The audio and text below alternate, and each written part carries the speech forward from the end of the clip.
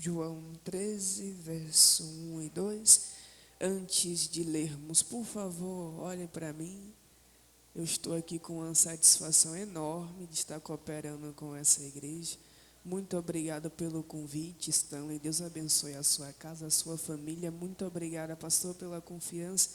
E eu estou aqui para ser usada pelo Senhor. Amém, irmãos? Glória a Deus. Vamos ler o texto sagrado.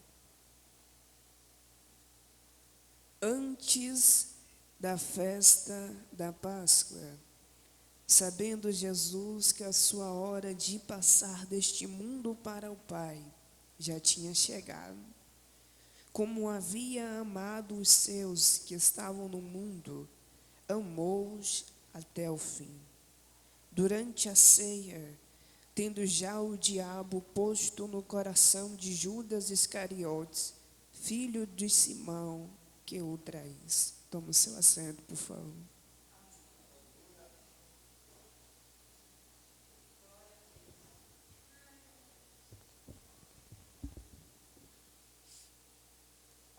Era o último momento.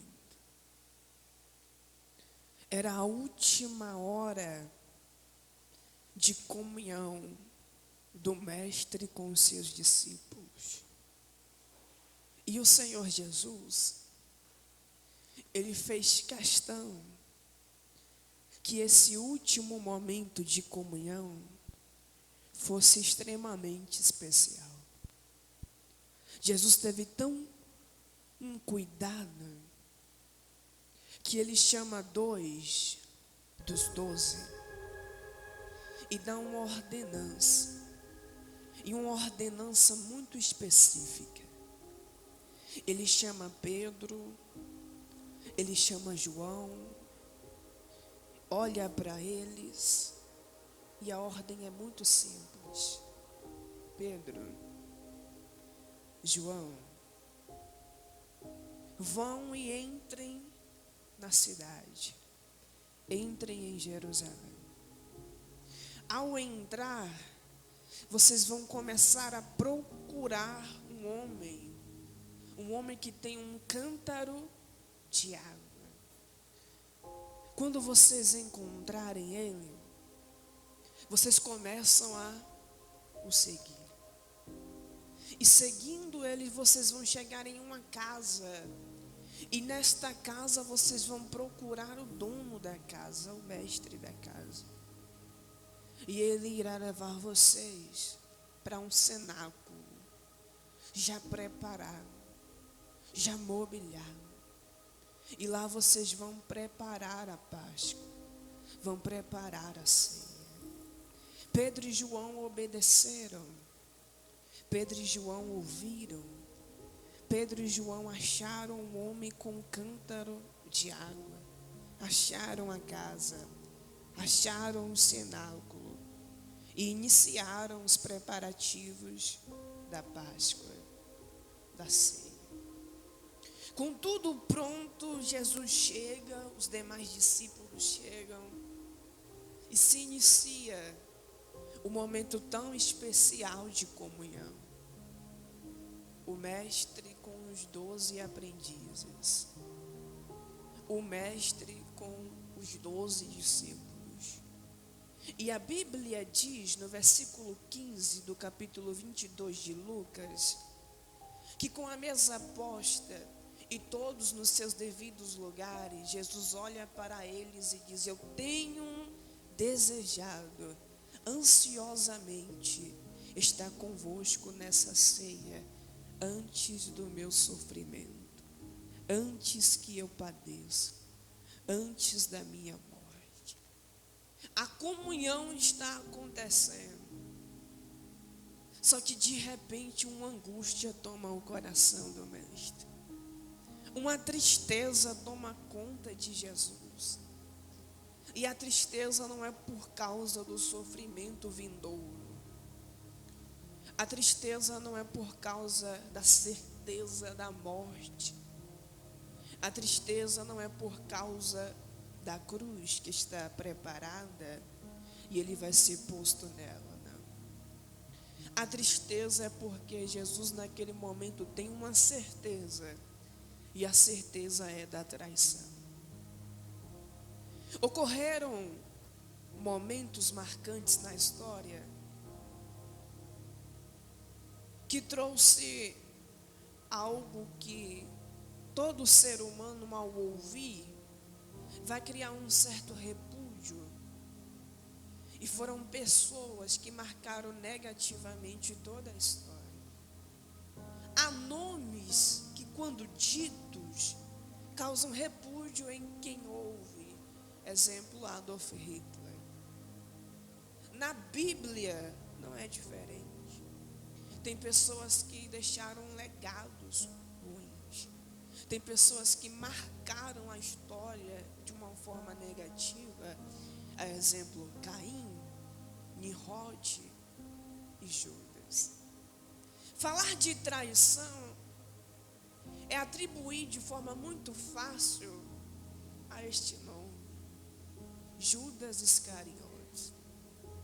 O nome de Judas ficou tão marcado e ridicularizado na história, que um costume que as pessoas têm lá fora, no chamado sábado de aleluia, costumam queimar um boneco e dizer que ele representa a figura do Judas Iscariotes. Só que a etimologia do nome Judas é completamente contrária ao legado que este discípulo deixou. Porque o nome Judas é a forma grega do nome Judá, que quer dizer louvado, abençoado. Só que não vemos Judas assim, porque ele foi levado a trair ao seu mestre. Com a traição e a certeza que Jesus é tomado dela, ele começa a se angustiar. E acerca de Judas, todos os evangelhos, tanto os sinóticos, Mateus, Marcos e Lucas, quanto o evangelho assinótico, o evangelho de João, eles vão descrever na lista dos 12, após o nome de Judas, o traidor, ou aquele que haveria de trair, porque ele ficou marcado pelo seu ato.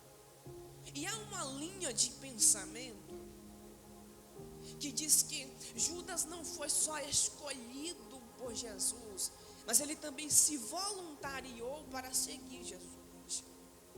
Porque Mateus, lá no versículo 19 do capítulo 8 do seu livro, ele vai contar um momento em que Jesus está reunido com os seus discípulos, que multidões estão perto dele, e de repente um escriba vai se apresentar e vai dizer: mestre, onde fores eu irei te seguir.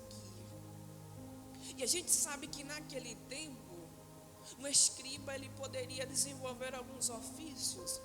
Ele poderia ser um copista, um arquivista, um contador, um tesoureiro, como era Judas no ministério de Jesus. E a resposta de Jesus para esse escriba vai ser: as raposas têm seus covis, as aves do céu têm os seus ninhos, mas o Filho do Homem não tem aonde reclinar a sua cabeça. Mas Judas segue Jesus.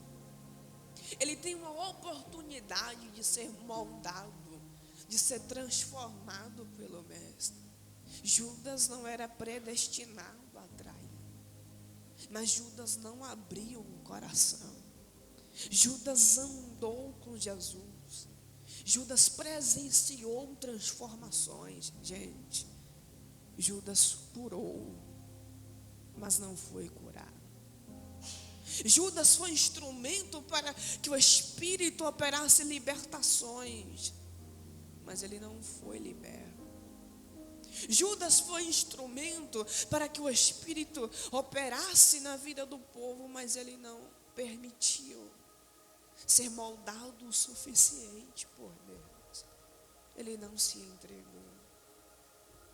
E lá em Atos, mediante o suicídio de Judas, e ter que escolher alguém para o substituir, está escrito no versículo 25 do capítulo 1, que Judas foi aquele que se desviou, isso mexe comigo, se desviou para o seu próprio caminho.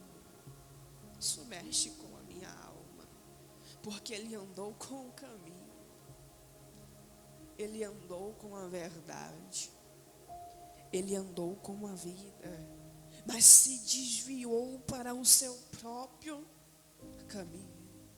Judas reconheceu e viu em Jesus a qualidade de um mestre, mas Judas não o reconheceu como o Messias, o Cristo. Porque Pedro negou.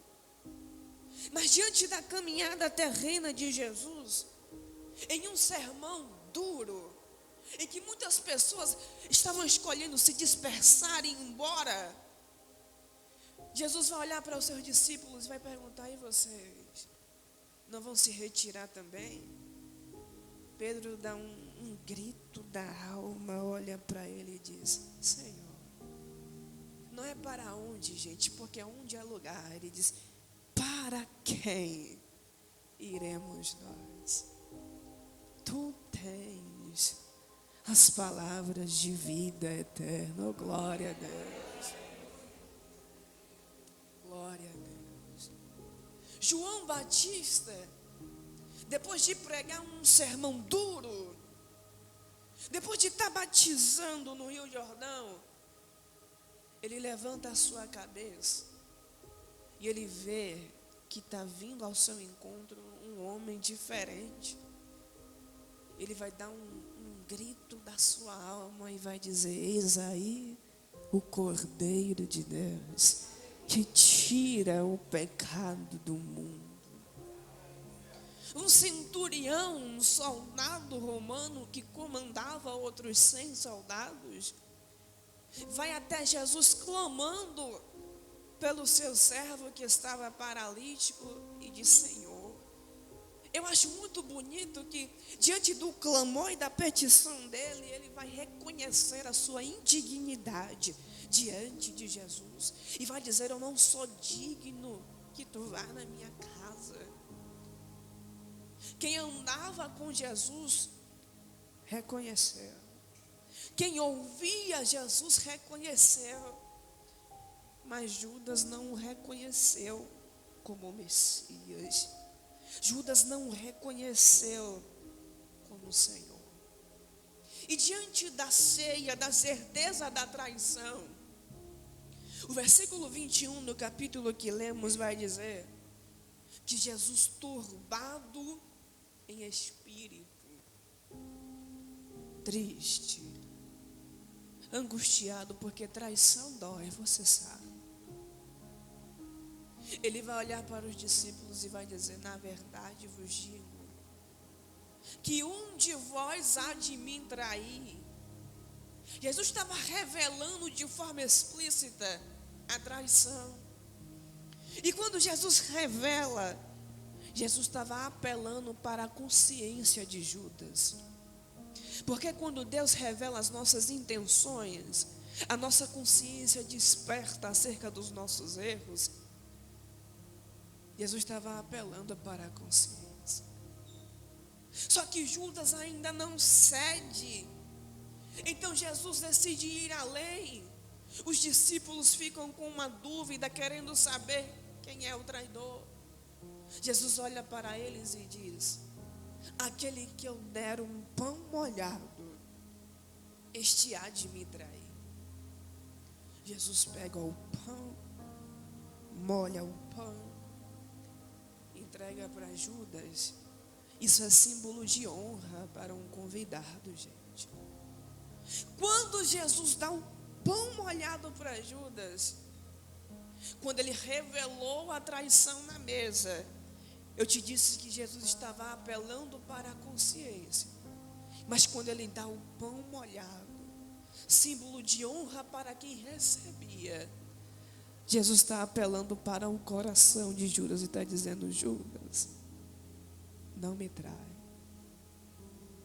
não se entrega, não cede, resiste. não me trai. Eu desci, eu abandonei o céu, eu abandonei o cântico dos serafins, dizendo a todo momento: santo, santo, santo é o Senhor, e toda a terra está cheia da tua glória. Eu abandonei a adoração dos 24 anciãos. Eu desci na terra só para ter amizade com você, Judas. Não me trai. Só que Judas se levanta da mesa, vai ter um encontro com aqueles que queriam prender e matar Jesus. E o acordo é feito. Eu entrego ele e vocês me pagam 30 moedas de prata.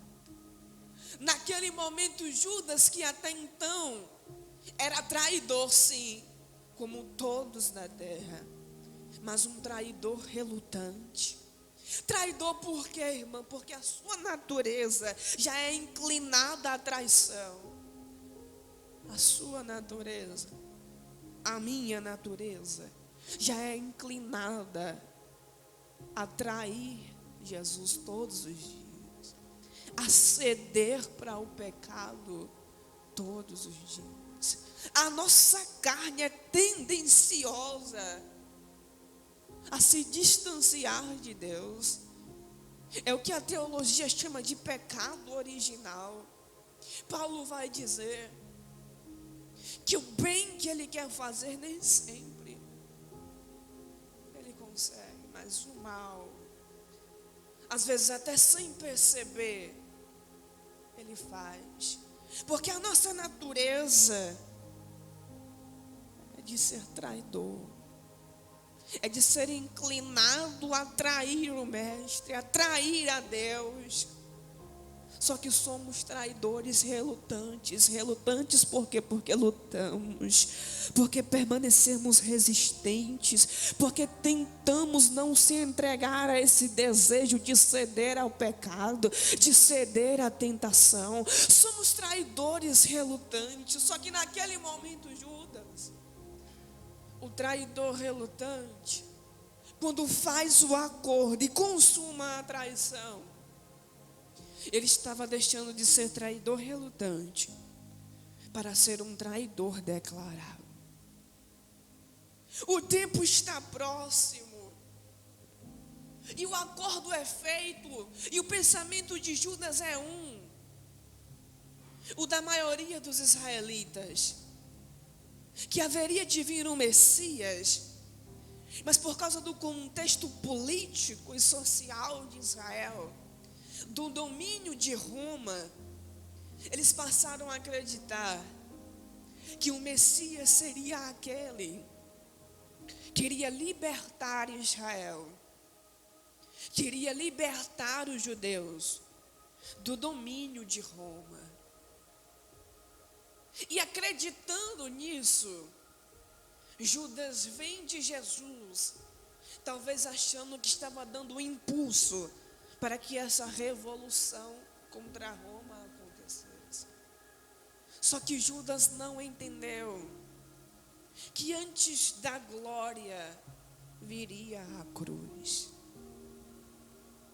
Jesus sai da ceia e parte com os discípulos que ficaram para o jardim de Getsêmani. E lá tudo vai começar a se consumar. Em meio à sua oração, em meio ao suor de sangue, o traidor vai chegar com um sinal, um beijo no rosto.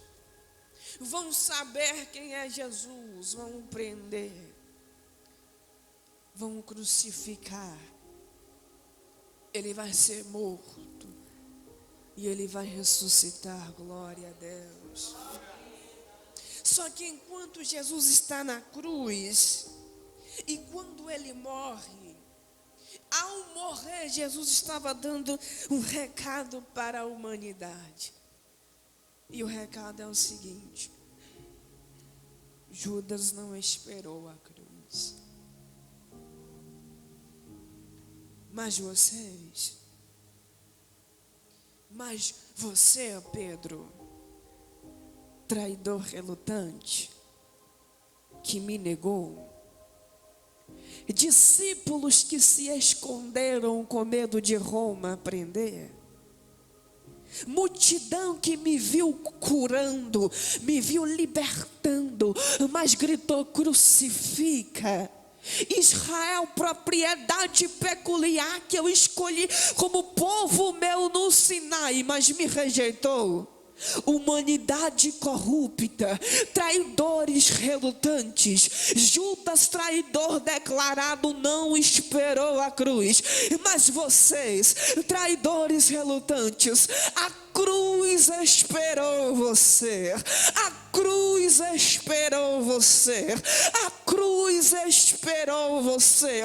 O sangue do Cordeiro foi derramado para redimir você do seu pecado. Ei, 30 moedas de prata não compra o que tua alma almeja. 30 moedas de prata não compram a necessidade do seu coração. 30 moedas de prata não compram o que tua alma está necessitando. 30 moedas de prata não preenche o vazio do seu coração. Olha para olha para duas pessoas, por favor, me ajuda a pregar. Olha para ele e diga: o teu preço não é de prata. Diga, o teu preço não é de prata. Agora olha para cá para eu dizer o que tu vale. O teu preço é de sangue, e o sangue do Cordeiro que desceu e se entregou na cruz do Calvário por você.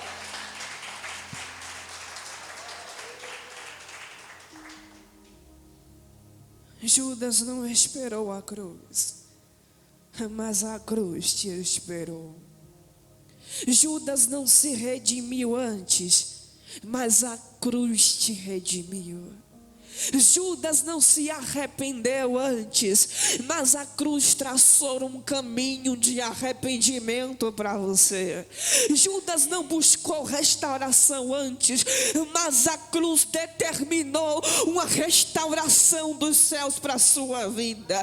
Judas te tornou adversário, mas a cruz te tornou amigo de Deus. A cruz te esperou, a cruz nos esperou.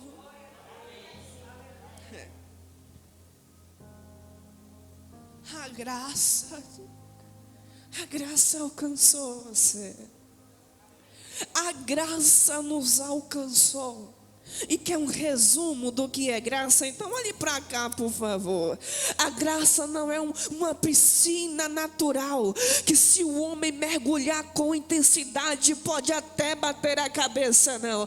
A graça é um oceano infinito, que quanto mais o homem mergulha, mais é cheio, mais é cheio, mais é cheio.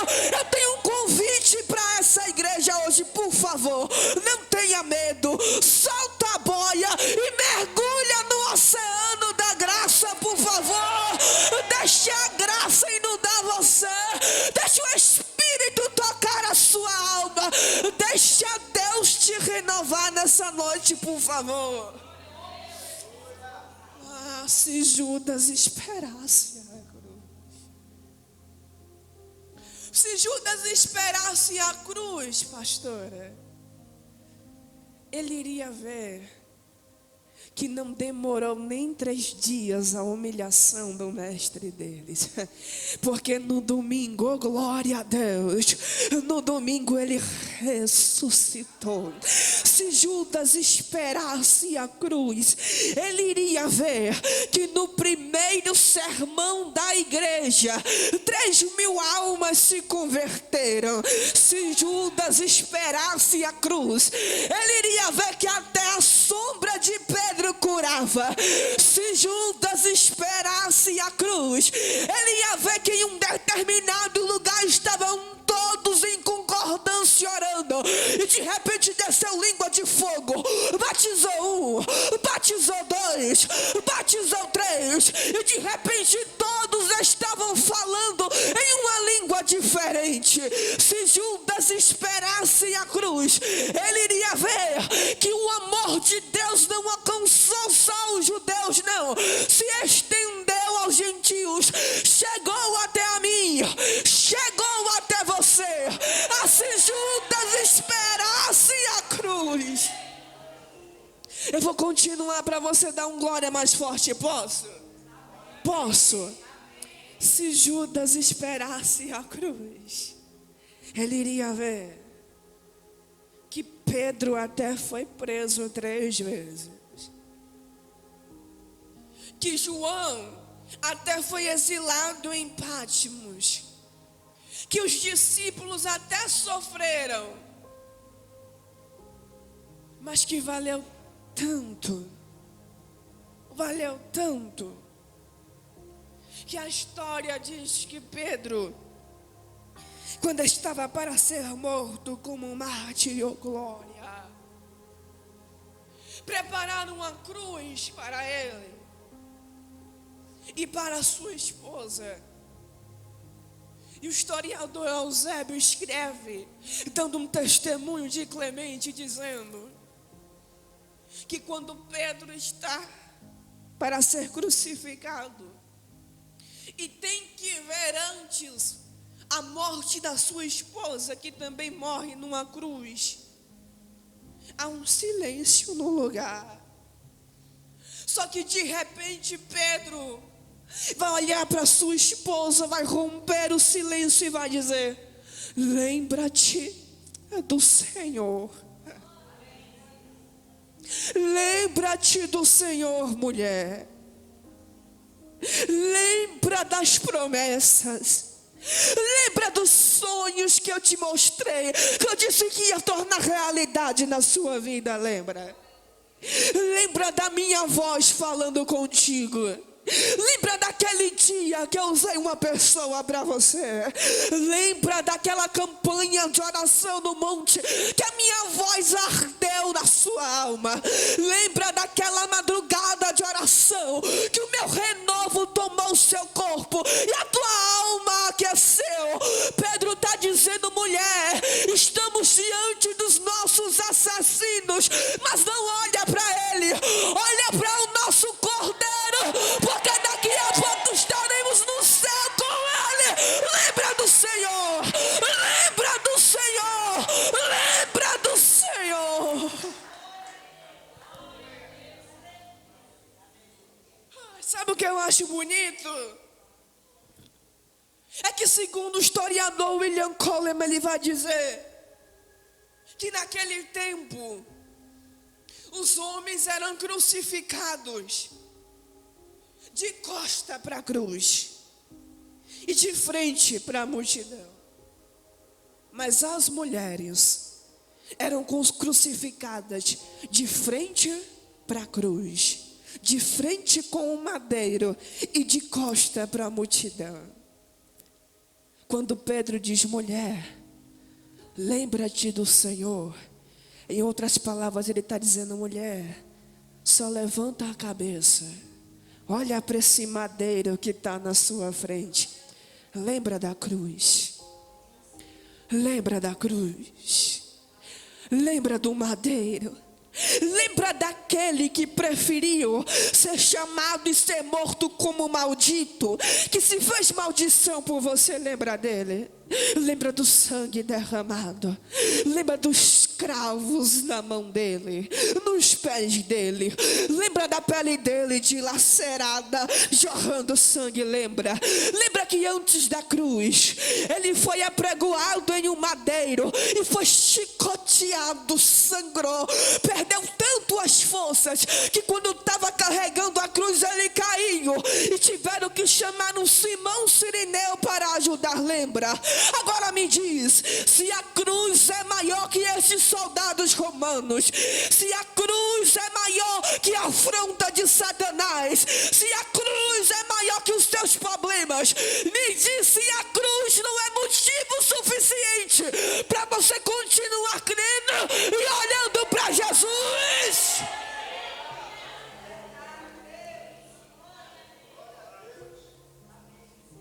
Se Judas esperasse a cruz. Talvez mesmo em tanto sofrimento e tanta dor, ele ouviria uma canção na boca dos apóstolos. Que canção, irmã? Ele viria os discípulos caminhando, sabendo que estavam sendo perseguidos, mas com tanta fé, com tanto amor, que eles poderiam até andar e cantar, ainda que para te servir, Jesus, eu tenha que chorar, eu te servirei, porque comigo estarás. Sofrer contigo é bem melhor. É bem melhor. É bem melhor do que errar. É melhor sofrer com Jesus. É melhor continuar olhando para a cruz. É melhor continuar olhando para Jesus. Não cede a essa proposta de traição, por favor. Não cede às propostas do inimigo. Eu sei que a afronta vem até dentro de casa. Eu sei que às vezes ouvimos palavras que machucam a nossa alma. Eu sei que o mundo nos afronta todos os dias. Eu sei que o pecado bate e jaz à nossa porta todas as horas. Mas por favor, se você negou, faz que nem Pedro, chora, se arrepende, só não se entrega como Judas, não deixa a culpa te consumir, não deixa o desejo de abandonar ser maior, continua olhando para a cruz. Eu vim pregar para um povo que vai seguir caminhando firme, oh glória a Deus. E se isso é verdade, fique de pé, por favor. Oh glória, canta aqui, pastor, em nome de Jesus. Deixa Deus te usar. Eu quero fazer um pedido para você, por favor. Abraça alguém do seu lado, por favor, abrace. Mas não é aquele abraço de 2 segundos não, irmão. Por favor, pega ele, gruda nele e não solta. Aquele abraço que dá para sentir aquela dor que está lá há anos e ninguém conhece. Aquele abraço que vai de encontro com o sentimento que está querendo crescer na alma dessa pessoa, com a dor que está tomando conta dessa pessoa.